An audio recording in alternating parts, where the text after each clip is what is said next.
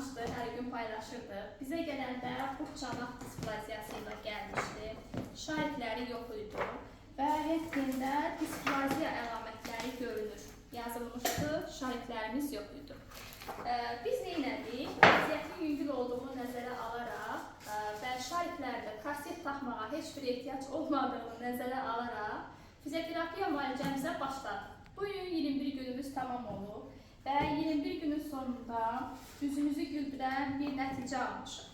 Baxdığımız kimi artıq bu çanaqda şahidlərimiz tamamilə var və heç bir displaziya əlamətimiz yoxdur. Yəni bu çanaqla bağlı nə şarik problemi, nə displaziya problemi, heç bir şeyimiz yoxdur.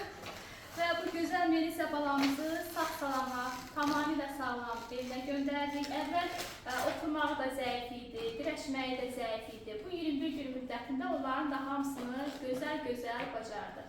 Və əməyə keçən bütün fizioterapiya komandasına, xüsusilə Ülviyə xanıma təşəkkür edirəm. İndi anasının sözlərini eşidək, görək nə deyir. Çox sağ olun, canım sağ olsun, həkim Allah köməyiniz olsun. Vallahi inandım, gəldim, həqiqətən təşəkkür edirəm, sonsuz təşəkkürlər.